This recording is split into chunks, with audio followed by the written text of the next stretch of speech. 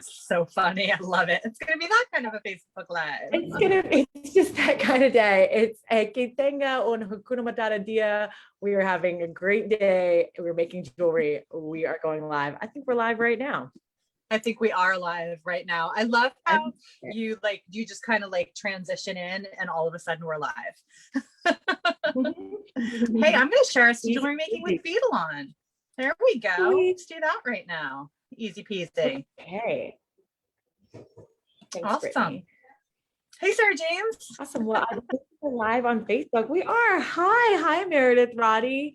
And hi, everyone that is tuning in near and far. Meredith and I are both in the great state of Pennsylvania today. And whenever I'm here, I do, Meredith, agree that I feel closer to you and all of our beauty friends at Beadalon. It's good to be here. Yep, 100%. And next time you are in town, I've just told you that offline, we'll both be vaccinated and we are 100% getting together. We'll still be safe and socially distant, but I feel like we can get together. I think so too. And it feels so relieving and just like that we're getting to that place that we're going to be able to do in-person things again. Yep. Like, I mean, I'm definitely a fan from working from home because I feel like that allows us to have more time and space for our families and our at-home energy. But man, oh man, don't I miss like going to bead shows, as like excruciating and hard as it can be to like set the whole thing up and tear it down. Like the energy of being around human beings and people that share the same creative passion with you is well, I always say I love being in the same place with people who love to do what I love to do.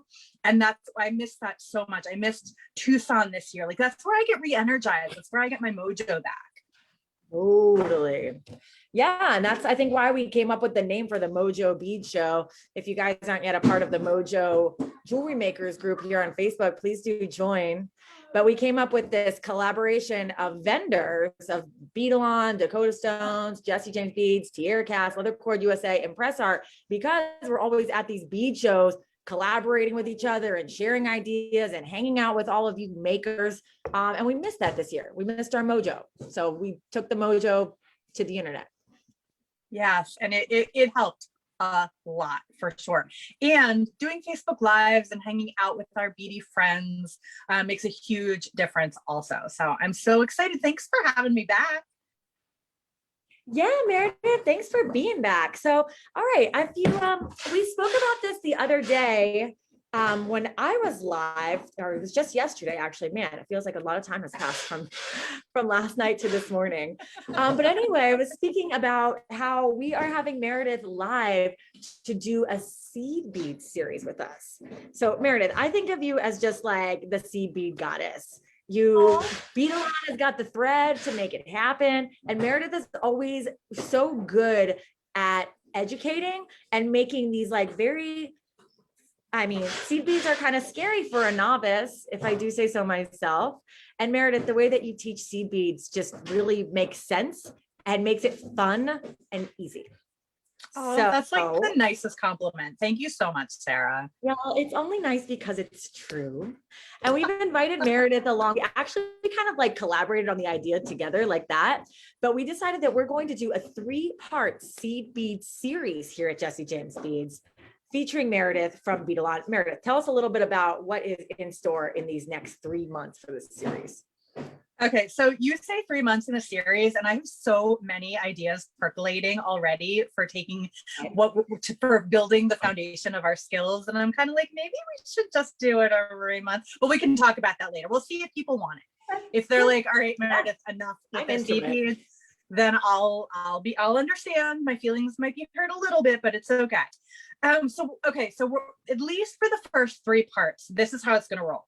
Today, we're going to talk about what are seed beads, what are all the different sizes, what's a seed bead, what's a delica, what are good materials to string with, and what sizes do you want to use for what things.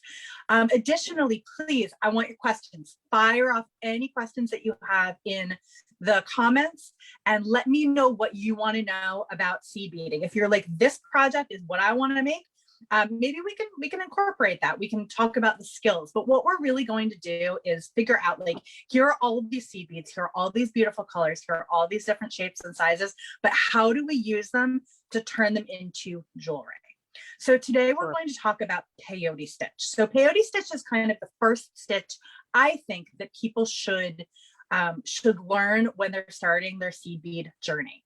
It takes a lot of the mechanics and the geometry behind all of the different stitches. It's just a good place to start. You get your hands wet, and if you can master peyote stitch, you can really do almost anything.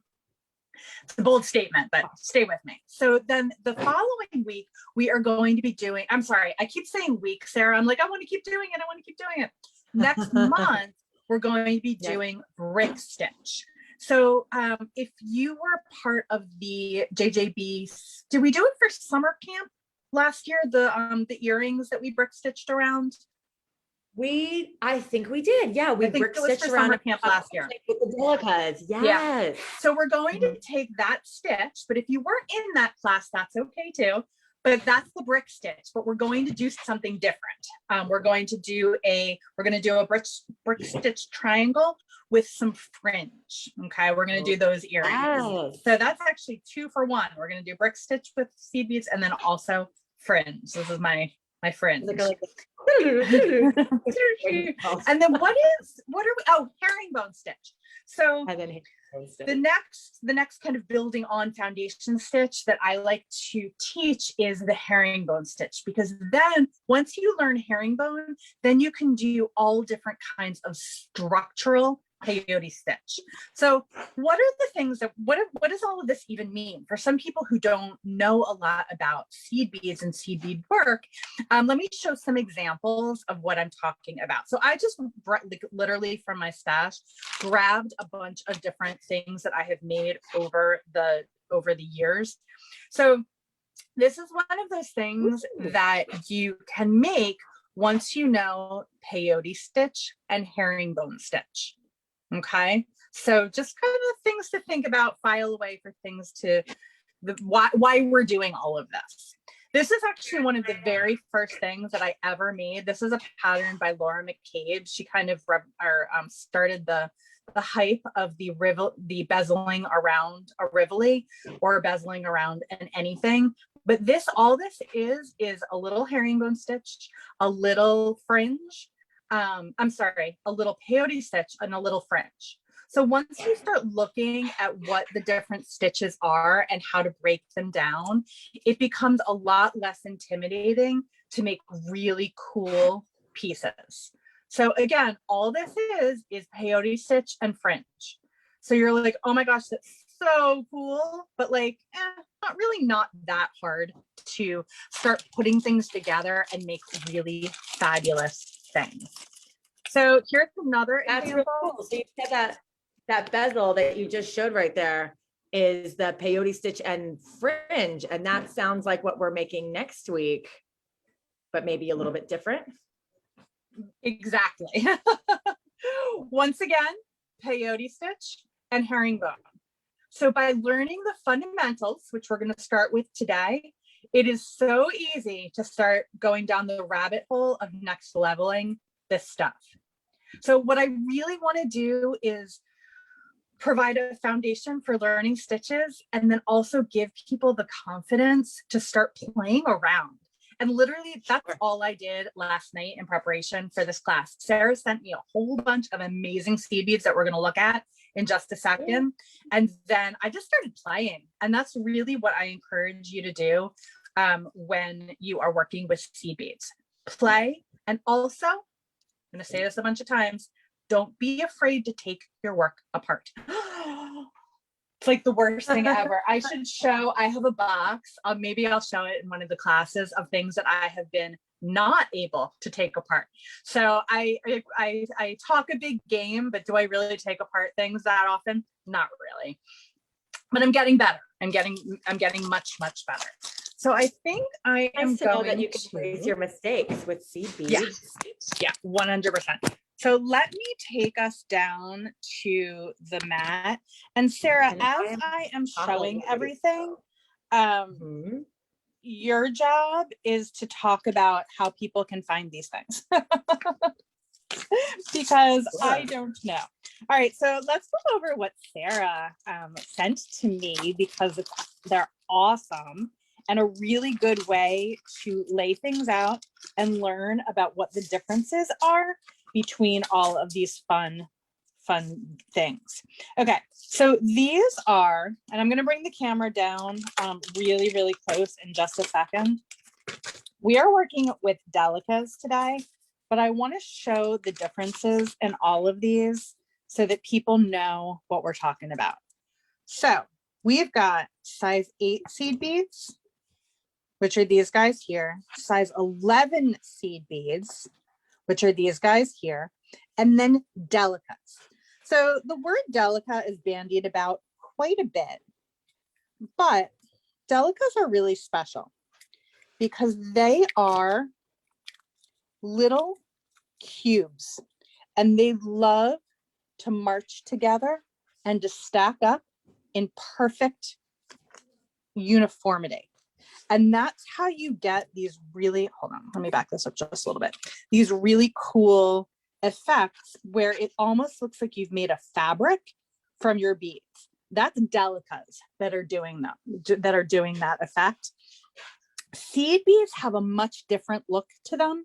You can see the difference here in the row that is against the stone, how different those size 11s line up over the delicas that are behind them. Let me see if I can get that into really good focus. Okay, so you can see the brown beads are the delicas, and you can see how they click together like bricks.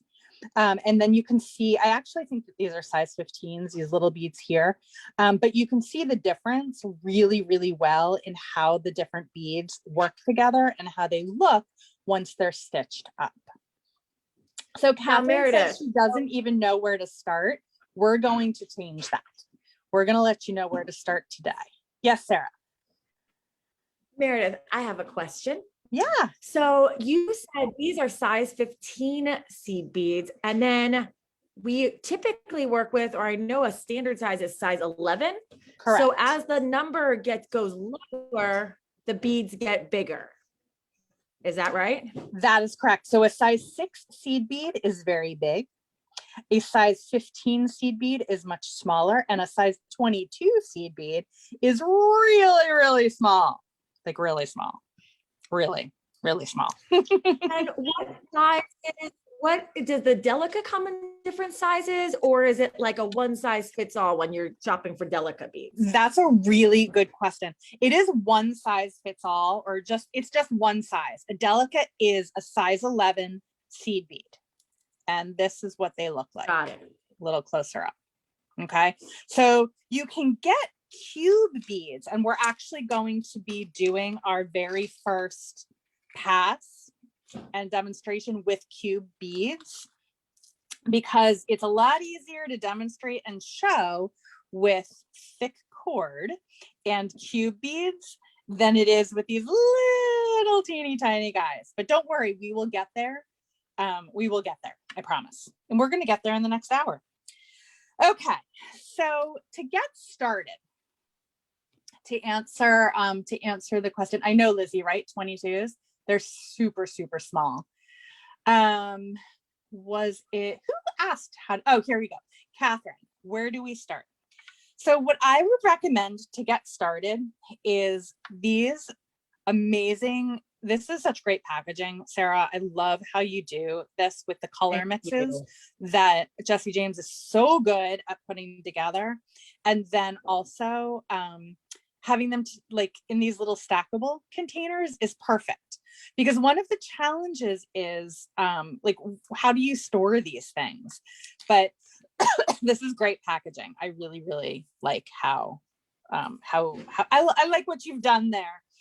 So to get started, I would recommend grabbing a bunch of delicas, and then also some tubes of the size 11 seed beads and some tubes of the size 8 seed beads, because in the different patterns and the different designs that you want to make, you really do want a variety of sizes and colors. So stringing materials. Stringing materials is an ongoing debate and subject of passion for a lot of beaders. My bead stringing material of choice is wildfire. And my stringing material of choice when I am working with delicas or seed beads is wildfire in 0.006. So it is an incredibly strong, waterproof, nearly stretch proof. I've never had anything stretch, like you can't stretch this stuff. Ridiculously strong stringing material that and the color does not come off on your hands like with some of the other materials that are on the market right now.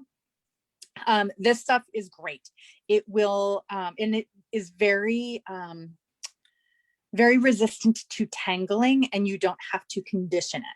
So I just threw out a ton of potentially new vocabulary words for working with seed beads and working with stringing material. But that is why we're doing Facebook Live today, because you can always come back and watch over and over again and learn all of these new, potentially new words to you for beginning your seed bead weaving journey.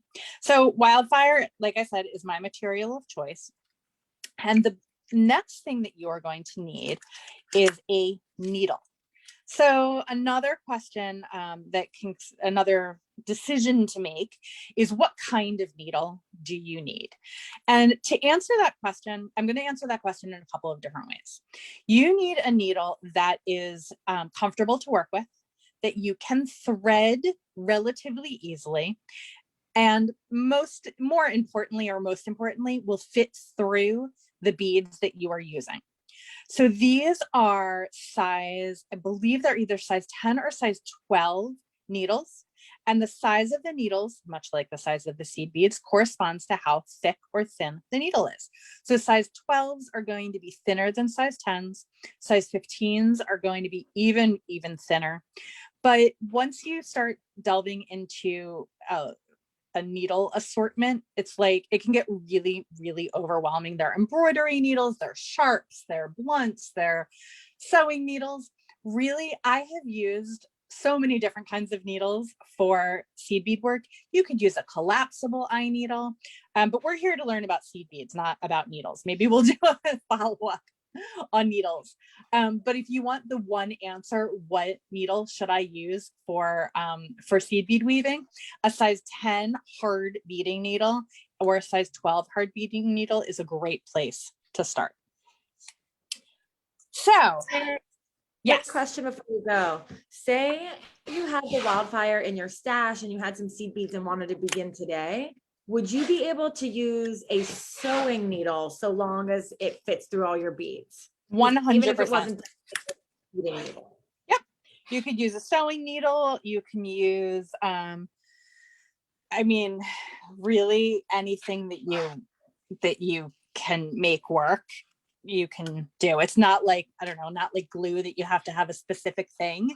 Or a specific type of thing. I think that if the needle works for you, then the needle works for you.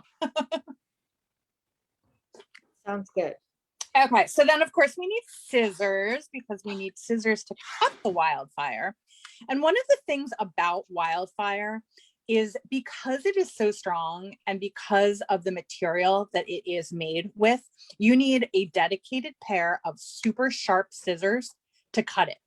And do you see how I cut that wildfire back in the back of my scissors? You want to try not to use the little tips of your scissors to cut.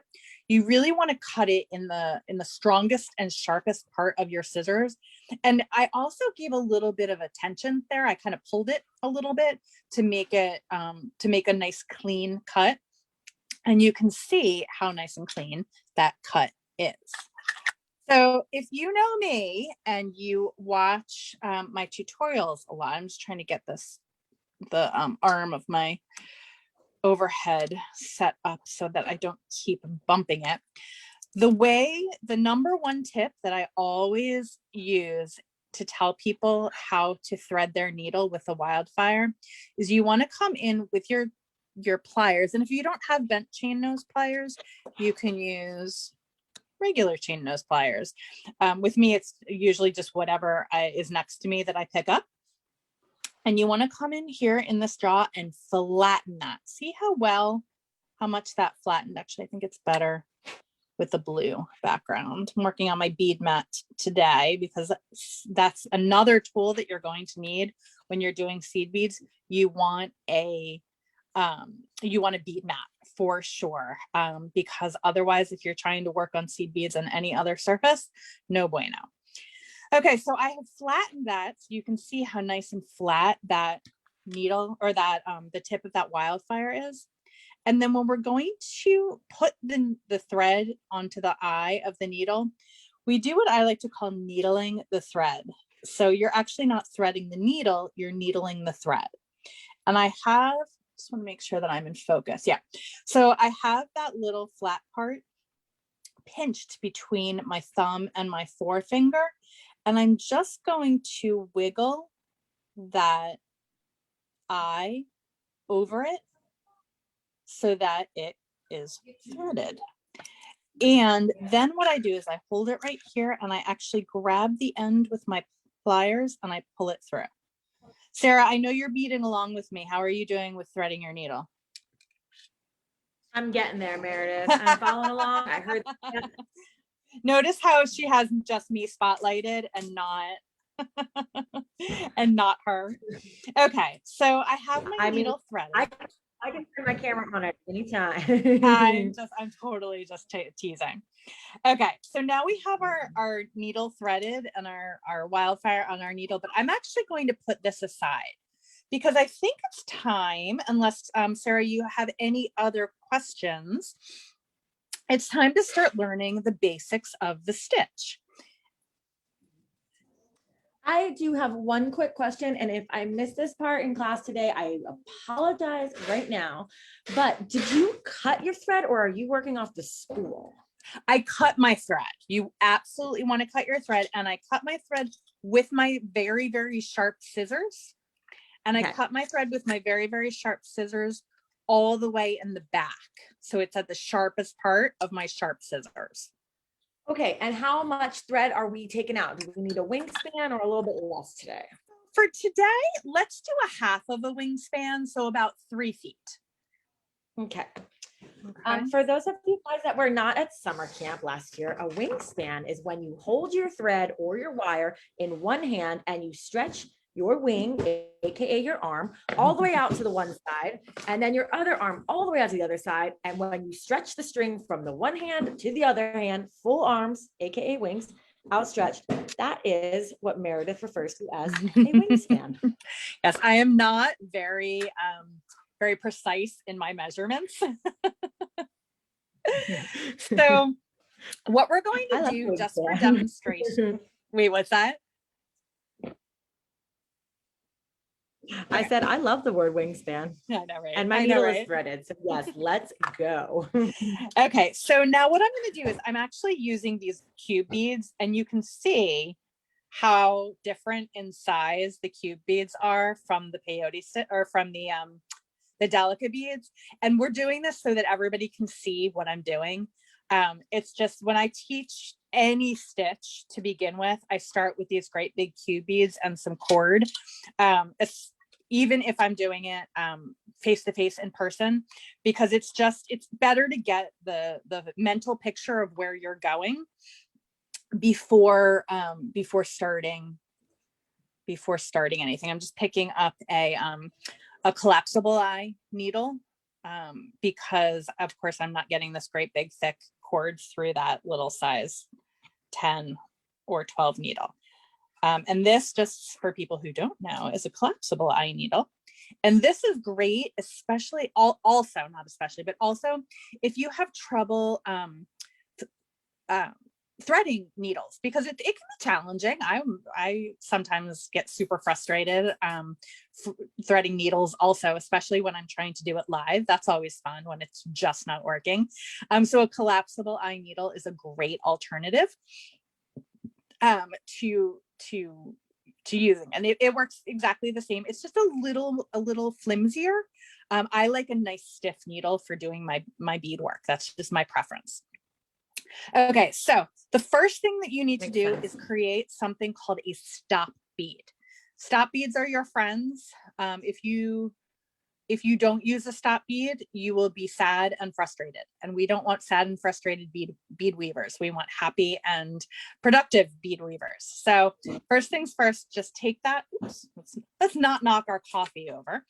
And we're going to take that all the way to the end. And I always like to leave about, I don't know, a 4 to 6 inch tail whenever I'm doing any bead weaving. I'm trying to think if there is a caveat for that. Almost always you're going to have to weave your tail back in, and it's better to have a little bit extra to weave in. It makes your life a lot easier. And that's one of the things too to remember. And in my Facebook lives, I've been really driving this point home is give yourself more material to work with than less. Because if I come down here and I use just this little teeny tiny bit because I don't want to waste my material, it's going to end up being more frustrating in the long term. And the cost of these couple of inches extra is like pennies. So think of it as saving yourself grief rather than saving yourself pennies. So all I'm doing here is I'm tying an overhand knot, just one. I don't even need to go back over a second. I'm just using that to hold that bead in place. Okay, that's all I need to do. So this is a stopper bead. And there are 2 sizes of wildfire. There is a 0.006 size and a 0.008 size, Catherine. But I almost always, if I'm doing a stitch, use the 0.006 because you're going back through your beads several times. And the worst thing ever is to get all the way down to a piece that you've made and then pop a bead because you've filled the hole up too much. But that's Seed Beads 2.0. We're still in 1.0 right now. All right, so now I'm going to thread up 10, well, let's do 12. 10 beads onto my material. So 2, 4, 6, 7, 8, 9, 10, 11, 12. And you can see that when I pick up the beads, let's bring this nice down. I'm going to bop it, I'm sure, in a second. I'm picking them up just by piercing them through their holes. I'm not picking up each bead and trying to string it on like that, especially when you get down to those delicas. You don't want to be picking them up and threading them on. That's why using a bead mat is a really good tool because it gets those beads up really, really easily. And also the hard needle. Yeah, the hard needle helps a lot too. The hard needle makes it so it just pops right on there. 2, 4, 6, 8, 10, 12. Now, you'll notice that I put on an even number of stitches. And Jan actually noticed that and asked a really good question. When do you use odd versus even stitch peyote? So let's see if I can answer that question in only a couple of sentences rather than in the 15-minute tome of which the information I have in my head. So it's easier to do even stitch peyote. There we go. Even stitch is easier. And I'll show you why as we are going. File back in the back of your head. With even stitch peyote, you do not need to do a turnaround. Okay. Told you we're going to be learning a lot of new words, a lot of new vocabulary if you're not familiar with all of this seed bead stuff. But the turnaround happens when you are going back and forth with your rows. Okay, so just stay with me and I will address that a little bit more as we're going along. But with even count peyote, you don't need to do a turnaround, and with odd count, you do. When you need to use odd count peyote and do that turnaround is if you have a design that you're doing that has to be even in the center. So there's a lot of symmetry, a lot of different things that you need to think about when you're actually doing a design in the beads. But let's just stick to the basics for right now and not get too bogged down in kind of next level kinds of things. So I have put on these 12 beads, but this is actually the first 2 rows. Okay. So again, stay with me here, because everything will become a little bit clearer as we're going along, hopefully. And if not, stop me and I will break it down in as many different ways and as many different times as necessary. So I have my 12 beads, and my next step is now to start going back to do my next row. So you can see I have my short side here, my long side with the needle right here. And generally when I'm seed beading, I hold it in my hands up very close to my face, but I certainly can't do that while I am teaching everybody. So we're going to keep it down here on the mat. And just know that when you do your seed beading, you're probably not going to be doing it down on the mat. You'll be holding it in your hands up close toward your face. Okay, so I've picked up 1 bead here, and I'm going to skip this first bead and go back through the second bead. Okay. And oftentimes people really struggle with this first row, but once you understand where the beads need to go, then it should click. And if not, we'll just work on it together until it does. So I'm trying to get my fingers out of the way so you can see what's happening, but I'm moving these beads and I'm tightening this up because these 2 beads now want to sit on top of each other on the end. So each time you go, you're going to be skipping 1 bead so that the beads can line up really happy next to each other, giving each other a little up down hug. So each time we do this, we're going to skip this bead and go through the next one. So let me just should have a beading awl of some sort sometime. So now we're going to pick up another bead. Oops. Meredith, I have a quick question before you go. Shoot. So when I did this and I pulled my thread through, the end bead wanted to move on down the line. It wanted to go a little bit closer to the needle than stay at the stopper bead. What's up with that? This bead here? No, the bead that I just knotted. I skipped the first bead, went through the second bead, and can you zhuzh them and kind of make them go where you want them to go?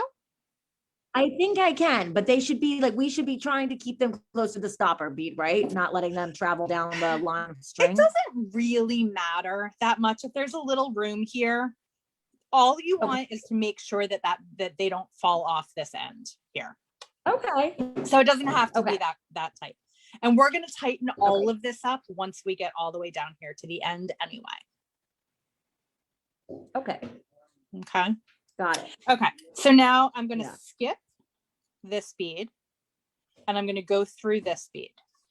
And I think also one of the challenges people have with this first pass is just like you were saying, Sarah, they don't want it to be messy, but like mine's going to be messy, ready? Especially because I have to get this needle to pull through with all of this cording. So here, before I tighten everything up, like that, oh, well, of course mine's working. Let me get it off. Okay. So it can get, let's see, how can I show this? A little wonky, right? But because I know that these 2 beads need to sit neatly on top of each other, I'm just going to move them where I want them to go. I'm going to show those beads who's boss, right? And I can even pull this like that, right? So I have, instead of pulling, I don't know, however I would, you can also tighten it up this way, right? And it's still a little wonky, and that's okay, because once we come through on row 3, everything is going to stand at attention. I promise. Okay, let me pull this up just a little bit and find my needle. And we're going to do that until we get to the end. So I'm going to do a couple up to speed, and then we're going to slow it down again so that we can talk about that turn. So once again, I'm skipping a bead, I'm pulling through, and I'm just using my pliers to pull through, really only because my cord is a little bit too thick for what I'm trying to do here, but it's a lot easier for you guys to see rather than me trying to do this initially with little teeny tiny beads, because then you'd be like, I have no idea what you're doing, Meredith, because I cannot see at all. And that's what I was saying. Meredith is the boss with the sauce when it comes down to seeds beads. It beads out and you make it really easy for everyone to understand. Oh, good. That's what I'm trying to do. Okay, so I've done a couple, and you can see it's still a little wonky, right? And I think that that's one of the things that, like I was saying, people get frustrated with those first couple rows because they look wonky. But I say, don't stress it, because we're going to fix it. All of those beads are going to do exactly what we want them to do in the next row. All right, so now I'm here at the very last bead, and remember, this is the stopper bead, and if it helps, you can actually use a different color for this stopper bead. And once we get to the delicas, we are going to do that. I just only have these cube beads in silver. Actually, I know I have them in several other colors. I just couldn't find them this morning. That's been the theme of my week, is not being able to find things. Anybody else have that problem this week or in general? Okay, so this is where that kind of next level conversation about the turn and about odd versus even count peyote comes in. It's right here. So my thread is coming out from here. Let's see if I can get just, all right. You're going to be able to see, you can see how, you can't see how I'm contorting my body to be able to show you guys this now. Okay, so my thread is coming out here. I'm going to skip this bead, of course, because you always skip that next bead. And I'm going to go through this bead right here. So let's see if I can't do that with everything as close as it is. So apologies for bumping the camera, because I'm only human. Apparently I'm not as flexible as usual. All right, that's not, I don't like when I bump the camera so much. I just pop that up just a little bit. Okay, so now I'm here on the end, and I'm gonna hold my stopper bead out of the way so that it doesn't get confusing. So let's talk about a couple of things here. Okay, so now I have these stacks. I've got 2 stacks here, 1 in the middle, 2 stacks here, 1 in the middle. So every other one is a stack of 2 with 1 in the middle. That is what peyote stitch is. It's this kind of offset stitch where your beads are all going to come together, but there will always be these teeth sticking down. So it's one of the positive, what's that, Sarah?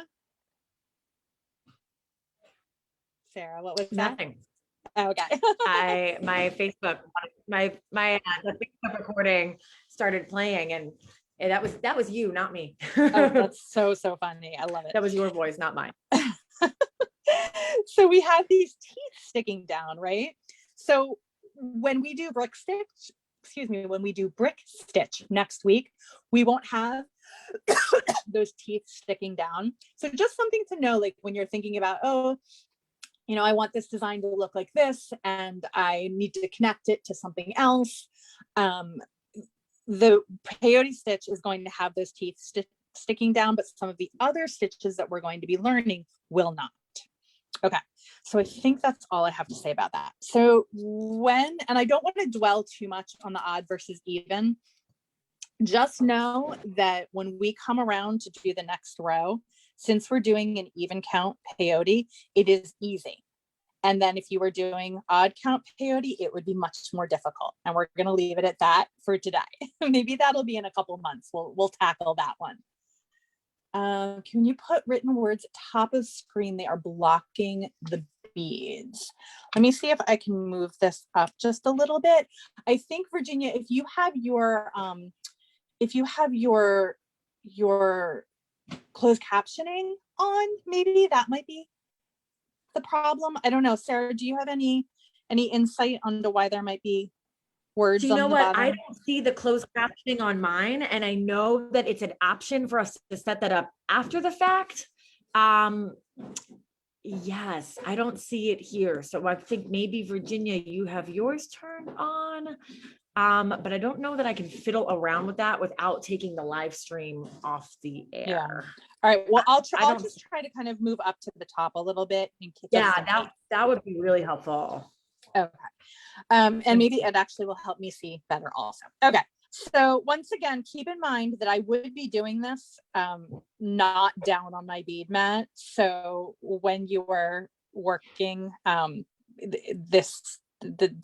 do as I say, not as I do. Okay, I picked up one bead here.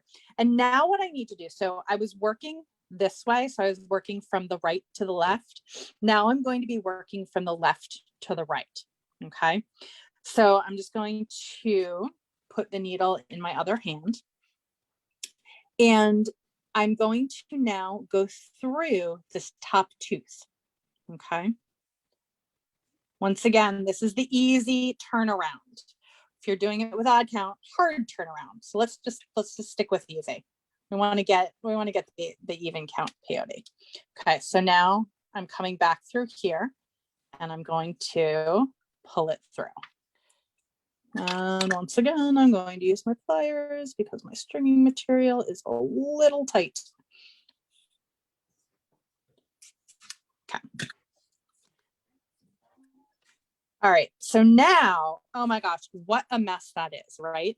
Again, and I'm showing this because these are things that can happen, especially if you're using those little delicas, and it can be frustrating because you're like, oh my gosh, I thought I did it right. I did everything Meredith said, and yet I have this mess here at the end. But let's remember that we can just kind of tighten this up and see how my stopper bead is moving out of the way for me. Isn't that nice of it to do? And I know that these beads need to line up.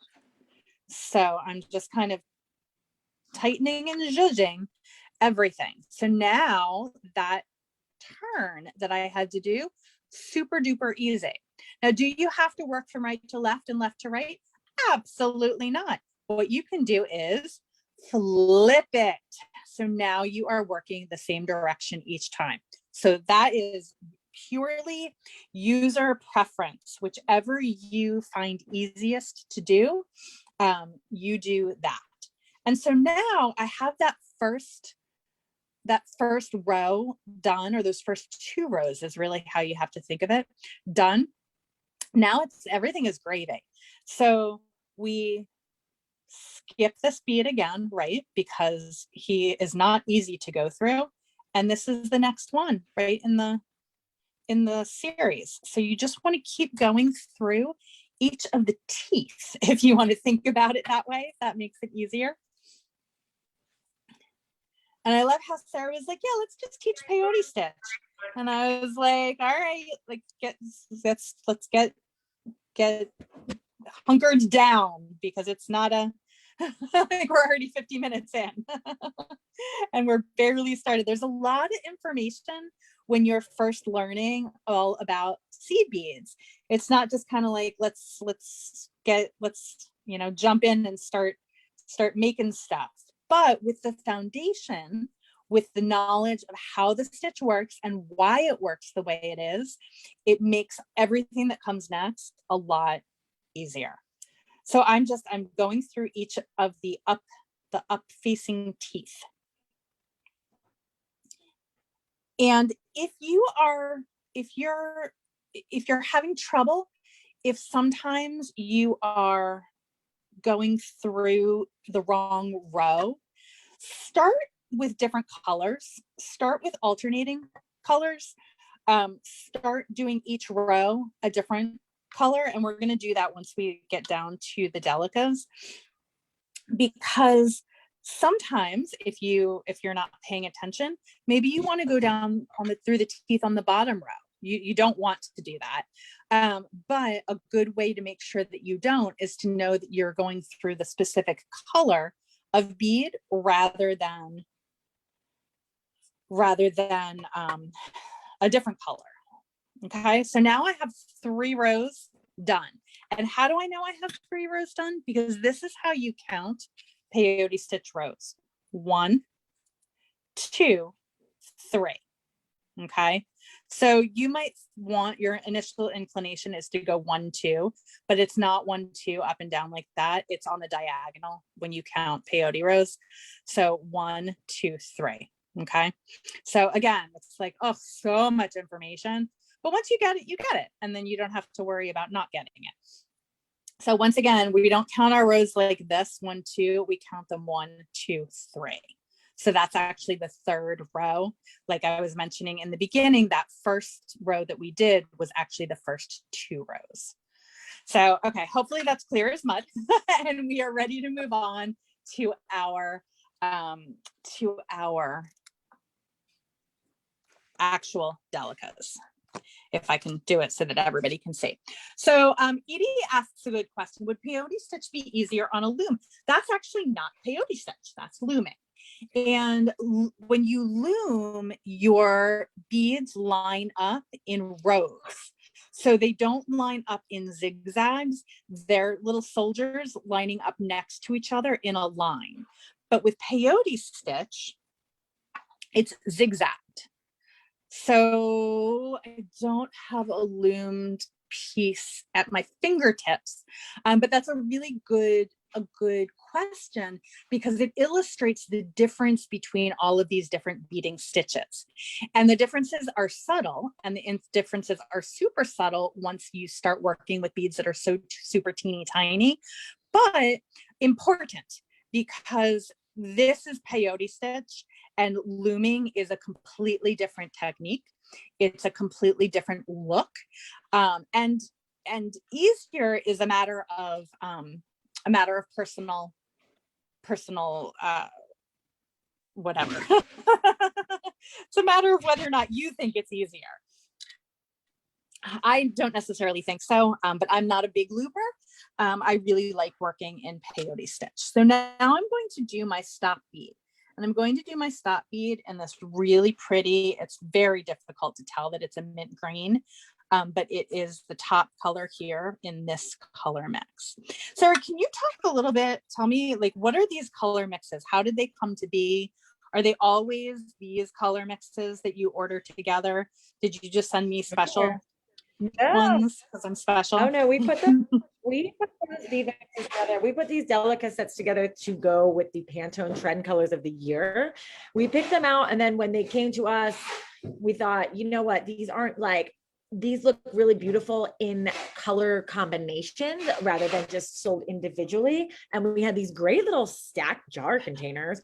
So there we did it. We just packaged them up here in Bethlehem, Pennsylvania. And we thought that these colors were really pretty for spring. There's one that's super fun, just neutrals. And then we've got this like really bright, in your face, illuminating yellow that is that's just so fabulous. And it's like beautiful. They all have like different sheens to them, these beads. I don't have my camera. I have Meredith spotlighted right now, but she can show you. All the beads have these really beautiful different sheens to them. Some of them are matte, like that orange right there. The purple's got like some silver lining running through it that gives it that, yeah, silver line. That's the name of it. Yeah, so a bunch of different flavors that we thought played nicely together. And it's so funny, Meredith, because just before we started the show, I went back to the shelf and I grabbed some beads to work with myself, and you and I have the same ones. Oh, that's so funny.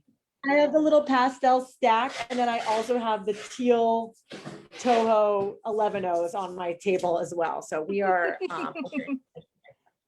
awesome. All right, so I just picked up 12 of the delica beads, and I'm going to move those down to the stop bead that I put on in that mint green.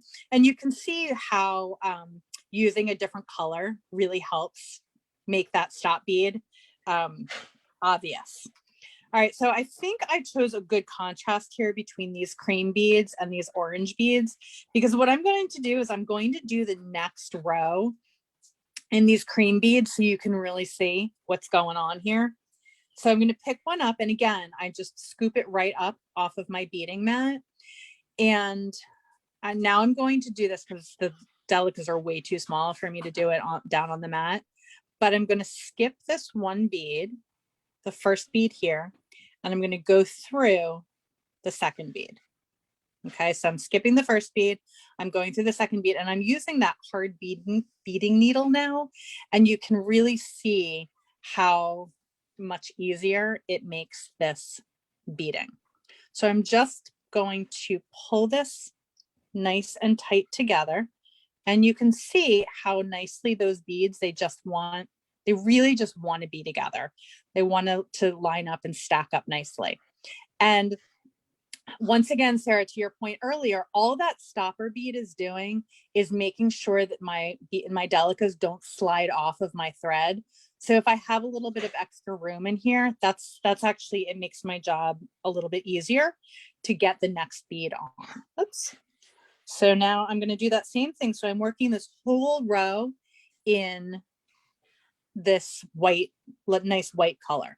So now I'm skipping this next bead here, and I'm going through the next bead in line. So every time, and once again, the starter row, the foundation row, is oftentimes the fiddliest. I always say there's always one part of every project that's super fiddly. This is it, or that's the hardest. Now, notice how my one bead is on the bottom and one bead is on the top. I'm not going to worry about that right now at all. Okay. And I'm doing some things specifically to show people what happens in this first foundation row, because I think oftentimes when people get started with peyote stitch, they try to do this row, they can't, they get frustrated, they throw it down and they walk away. And I want everybody to be able to move on to the next row, because once you get the next row, it's gravy. All right, so I'm skipping one bead and I'm going through the next bead. I'm going to pull this through. And see how I'm holding my left hand steady, mostly to keep it in camera, but also because it helps with moving those beads through. And I'm going to keep on going. I'm going to skip this one bead, and I'm going to come through the next one. Sarah, how are you doing? Are you with me? I am. I think so. Okay. My first go round that I was trying to do when you had the larger beads, and this is like a ding dong move right here, but I wasn't picking up additional beads. Okay. Yep. And then it just ended up being like a wobbly line. But I mean, maybe other people have done that. Yeah. Maybe not. But yes, so I see what we're doing now. We pick up the bead with the needle, skip one, grab the next one that's on the line, and it's making like little 3-packs. Correct. Yep. Because what we're doing is we're doing the first 2 rows. So we're doing the first 2 rows. Yes. Okay. Period. There's no more. That makes total sense with what you were saying about how even number peyote is a lot easier than odd number. Yes. Okay. So, and you can see I'm kind of zhuzhing these beads a little bit too, because it really helps if you know that each of these beads will stack one on top of the other, and then they'll have one nestled in between them. Okay. And oops, I keep wanting to pick up those beautiful salmon orangey kinds of beads. So now I'm going to come here and I'm going to go through this last one. And that, again, that stopper bead sometimes gets you tripped up. If it helps, do a gemstone there, do something so that you know that that is the stopper bead, and you don't do anything with it. And in fact, after this row, you don't even need it anymore. Okay, so I think also one of the struggles that people have with a foundation row is it's little, right? And it's wobbly, and it can be hard to get your fingers around until you have something more substantial to hold on to with your beadwork. But again, slow and steady wins the race here. Okay, so now I have everything nice and tightened up, but if I didn't have everything nice and tightened up. Do you see how I'm kind of pulling the two threads away from each other? And that kind of gets everything nice and tight as well. If this row doesn't look like this, if it's not tight with your two beads stacked one on top of each other and then one in between, then just zhuzh them into place. Okay. Or if it doesn't look like this with two beads on top of each other and one in between, you could have skipped one. You could have done a double one. You just want to make sure that your beadwork is looking the way that it should. And so now, once again, because we're doing even count, it's super easy to do this turn, because now all I need to do, my thread is coming out from this last pink bead here, and I'm going to come back down and through my cream colored bead. Okay, so I'm switching back now to my pink beads, and you'll see also how the stitch comes together, because what you'll see when I come to the end of this row is how the beads are lining up. Okay, so now once again, we're talking about when we were showing on the bigger piece, the teeth are sticking up at the top, and the teeth are what we want to go through. So are the teeth the white beads now? The teeth are the white beads now, correct? Yes. Okay. Yep. So our teeth are our white beads, and we are just going to sew through each of those beads. And if you do any sewing, this feels familiar. This feels familiar if you do any sewing. Now, remember when I put that white bead, that first white bead on that row, and I was like, don't worry about if it's twisted, because what I'm going to do here is I'm going to zhuzh this up and put that bead where it needs to go. Sometimes the beads aren't cooperative. Sometimes they're being a little defiant. But all we need to do is just put them in their place. And then I'm going to sew through that bead so that it is not twisted anymore. Yes. Okay, so the next pink bead, I'm also working with pink. The next pink bead that I pick up for my row 3, is this one going on the outer side of the tooth or the inner side of the tooth? I'm not sure I'm following your question. So does it look I'm gonna unspotlight you and okay. show. Oh, let me see where we are. So while you're doing that, so to answer Lizzie's question, it does not make a difference if it twists on the first row, because I just untwisted it. You see how I did that? I put the bead where I wanted it to be, and untwisted it so that those white beads are now all together where they had been twisted before. And Sarah, I feel like I lost you. Are you there? I'm right here. Okay. Yeah, I'm still spotlighted on the Facebook though. There you are. Okay. Okay, cool. So here is mine, and I'm just gonna try to hold this here. So my question was, do I take my next pink bead, it's right here on my needle, and do I want it to line up here outside of the tooth? Or do I want it to be nestled inside my first? You want it on the outside of the tooth. Okay, so then I'm just gonna take this and string it through that first toothy bead. Correct. Yep. 100%. So you're one row behind me. Oh, wow. Right? Yes, you did the whole, yes. Okay, look. See? Okay, this is very exciting, everyone watching at home. If you have not done this before, it is very exciting when you get row 2 going and you feel it all coming together. So, yep. Meredith, I'm taking it back to you. Okay. Thank you. Okay, and that was really good to show that part again. And so now we're going to go ahead and do the next the next row. Awesome. Oh, hey, Sharon. It's nice to have you joining us. Yeah, we're actually, we are going to eventually be turning our little peyote into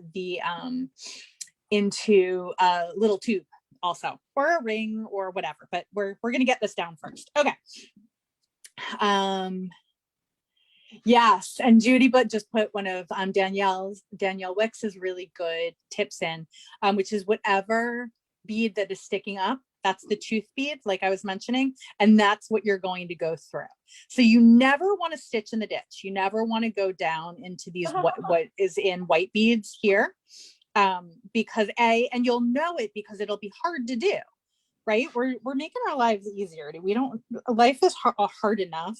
We don't need to make our beading world harder either, which is why we're doing even count peyote and not odd count peyote, because it's a tough turnaround. This is an easy turnaround. So I've reached the end of my row, and all I want to do is now I'm switching back to the white beads. I'm going to go through each of those teeth until I get to the other side. So, and that is literally all peyote stitches, is just adding a bead, going through the tooth, adding a bead, going through the tooth, and then getting that down with a lot of practice and then making it fancy. So once you get the stitch down, the fancy part is what creates all of that sculptural beadwork, all of the cool patterns that you see. Everything comes after we get the foundation stitches in. And that's one of the things that I get tripped up with a lot, is I want to jump right in and make the fancy thing. And that's what brings me the joy, is figuring out how to make the fancy thing. I don't like doing the studying, doing the figuring out how the stitch works. I just want to jump right in there with 2 feet. But it really helps to understand all of these different stitches and how they work together. So these little delicas that I am working, This is the little delicas that I'm working with today are what are creating this really nice fabric. And so you can see I've got my teeth up here and each of my rows down here. And I'm actually going to put this aside and pick up a piece that has a little bit more done on it, but it's still that same. Do I want to pick up this piece? No, I'm going to pick up this piece. Or this is my cooking show right here.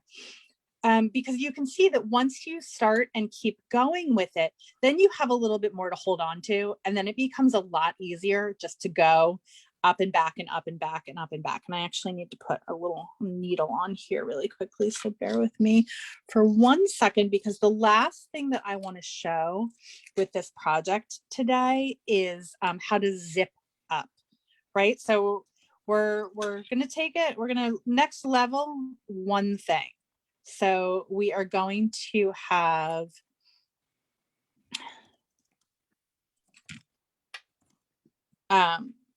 we're going to have learned the fundamentals for the stitch, but it's a lot more fun also if you learn just one next level thing, right? So we're going to learn how to zip this up into a ring, so we can either make a bead or we can make a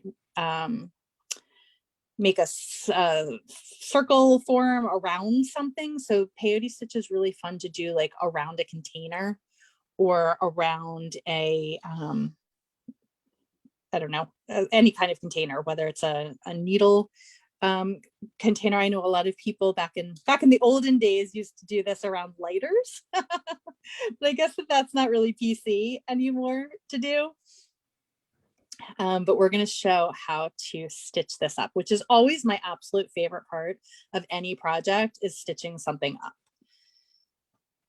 or zipping it up, I should say. I keep saying stitching up, but I mean zipping up.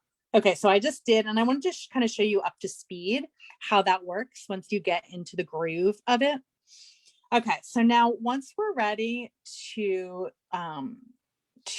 stitch this up into a tube, you need to make sure that your beads are going to zip up. Okay, so let me see if I can't explain this. You see how that is going to zip up perfectly? But if I'm on the wrong row, let me try this one and see if this one is wrong. Okay, if I'm on the wrong row, this is so hard to explain. It's not going to zip up. So you can see how my teeth are touching. I think that's the best way to explain it. You don't want your teeth to be touching when you fold it in half to zip it up.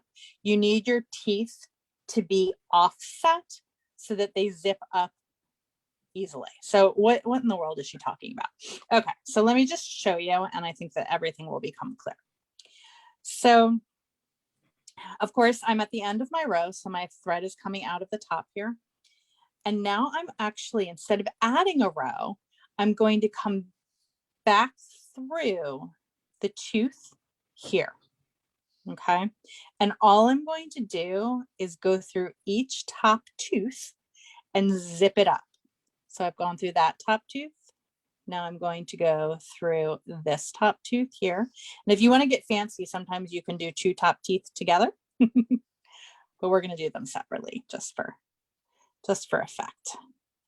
Okay, so through this top tooth and then this top tooth. Sometimes your thread gets stuck in there. You can either weave that in or just hold it out of the way with your fingers like I'm doing here. So I'm going to zip up this top tooth and this top tooth and this top tooth, and I'm going to give it a little tug to pull all that together, and then I'm going to kind of roll it so that everything tightens up, and you can't even see where that ends and where that begins now. And that is why I love peyote stitch, because all of those little soldiers are all nestled together perfectly, and it just makes me so happy. It's like the little things. Okay, so one last step before we're done is I need to join here at the bottom, because these two beads here aren't as close as they need to be. So all I'm going to do is I'm going to go back up through this white bead, and it brings them together. So now everybody is all snuggled and nestled and what all the other silly little words that I could say together. Now, this is where Danielle Wicks and I differ, because what she would do is weave this end in and then weave this end in and then call it a day. But I'm a knotter. So what I'm going to do is I'm still going to do some weaving in, but I'm just going to follow along this thread path so that it brings it back down to where I have started. And then I'm going to tie a little knot here. In a bead like this, I might weave in my ends, but again, some people will tell you, feel very strongly one way or another about weaving in ends versus knotting. I am not that person. I don't have a strong feeling about that. I just happen to like knotting things because it makes me feel better. It's like how a lot of people like to glue, and I'm not a big gluer. If it makes you feel better about your beadwork, then you knot, you glue, you do what you need to do. And I'm looking for my wildfire cord cutter to singe these ends off, but I'm not seeing it. So I'm just going to come in here again with my super sharp scissors and snip those off. And then I'm going to come back later when I find my wildfire cord cutter, and I'm just going to seal those.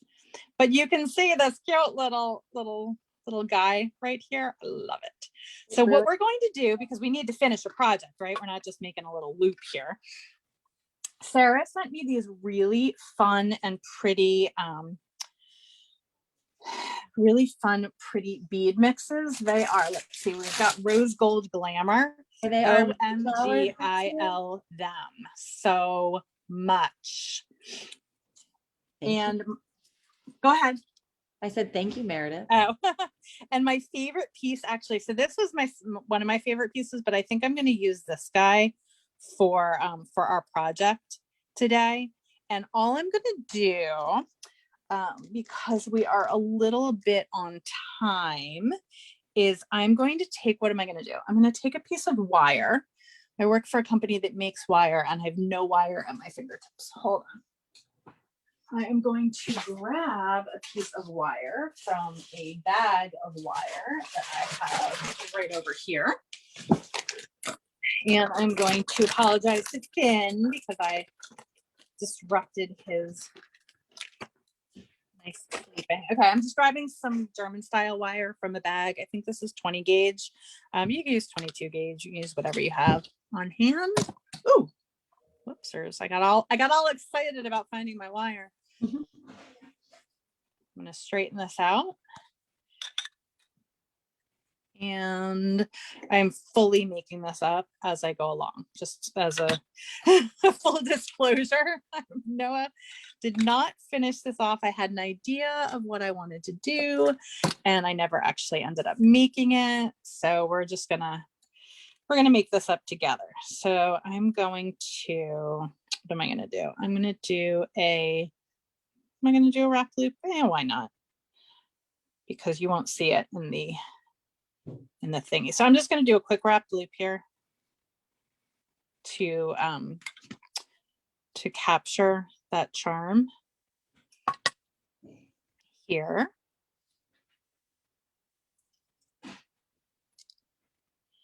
And I had my camera done so that I didn't have this part bumping down on me, but I'll have to fix that for later on. I'm just doing a quick wrap loop and snip that off. So I have a little charm dangle. I'm going to put my little loopy here on top. And then one of the challenges here, I need a bead that I can throw in here that will fill up that space. It's one of the things when you're working with tubes or loops or big beads, you just want to have something on the top that's going to mitigate all that wiggling around. And in fact, I think I might want to do that on the bottom too. So we're going to do this guy on the bottom. Yeah, stop all that wiggling around, add a little blingy bling. I love these little these spacer rhinestoney. What is the proper way to call these guys, Sarah? Not spacer rhinestoney things. Disco balls. That makes more sense. Rhinestone disco balls. Rhinestone disco balls. Oh my God, that's so funny. All right, there we go. Now we have a project. So a couple disco balls, little wrap loop on the bottom, little wrap loop on the top. And then let me grab an ear wire real quick. I only have silver ear wires at the ready, but I know that my crew at Jesse James Beads loves a mixed media project, or a mixed, you know what I mean, mixed metals project. And Sharon, yes, I mean, it depends on what I do. You could definitely weave the outer ends to help strengthen. You can also do all kinds of, bringing it ins, but for this project, I don't think you really need to worry so much about it, because the ends are perfectly strong enough for this. But if you were doing a bracelet or something that was a lot more, sure, you could do that. But I don't think it's really necessary in this case. But yeah, so we got a cute little earring, right? So fun. And I love the colors, and I love this flower, and I love the sparkle, and I love everything about it. I'm so happy. Whew! Now I'm exhausted. How about anybody else?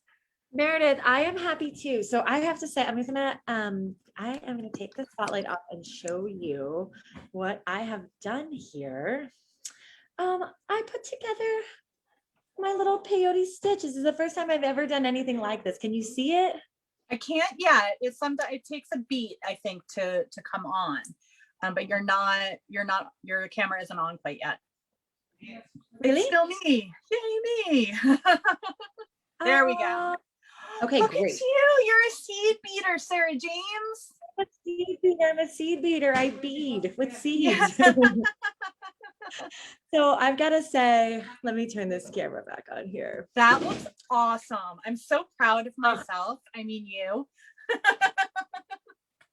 I'm proud of me too, because let me tell you, when you first get started with seed beads, if you're a novice with this, if you are a pure beginner and you start putting these beads together and talking about like the one's supposed to go on top of the other one, and is it working, is it not? Once you get that second row going and you just keep on keeping on, all of a sudden it becomes beaded fabric. I love that term phrase because that's exactly what it feels like. It's like magic. Yeah. And I, in true form, spilled all of my seed beads. Nice. Are you working on a bead mat, Sarah James? What's that? Are you working on a bead mat? Yeah, I'm working on the bead mat. The bead mat saves lives. It saves bead lives. Finn came over to say hi. Hey, Finn. Yeah. Yeah. Meredith, thanks so much for this today. My gosh, it was a little longer than I had expected, but hopefully all the information got out there. Yeah, and this is, I think, with seed bead tutorials and seed bead learning, this is something that you watch it, you learn it, you try it, you watch it again until something clicks. Yeah. So we will have this video available on the jessiejamesbeads.com blog this evening, and I'm sure we'll send a newsletter about it as well. Or you can go on to the Jessie James YouTube page and find it there, just in the GIF here. Yeah, well, thanks so much for having me, Sarah. I really appreciate it. Yeah, this was really, really fun. And the seed beads is an essential part of jewelry making. If you're a jewelry maker of any kind, seed beads are super helpful, even just for stringing or using as spacer beads. So that's why we have brought on this entire beautiful Toho and Mayuki line to the Jessie James Beads repertoire. But they're great for spacers. They're great for making seed bead chain, but it's even better when we can take it next level and really learn how to do some cool stitches like this. So Meredith, thank you for coming on today and embarking on this seed bead series with us. It's going to be fun. Yay. See you next month. Yeah, we'll see you next month. Actually, we will see Meredith next week for a surprise Facebook Live. I had to tell her, I had to remind Meredith, we can't tell everyone what's going on next week. Okay, so mom's the word. Well, see, that's why I kept saying next month. Right, next month. Well, you will see Meredith again next week, and then next month on June 3rd, which is a Thursday. Set your calendars. We will be doing part 2 of the seed bead series. Take a stab at the peyote stitch. And then next time around, I think we'll be doing something new, brick stitch, right? Yep, we're going to do some brick stitch earrings and some fringe also. Love it. Love it. Guys, thank you so much for joining us today. Have a great rest of your Thursday. Hakuna Matata all day long. Thank you, Meredith. Thanks, Sarah. We'll see you next time. Bye, everyone.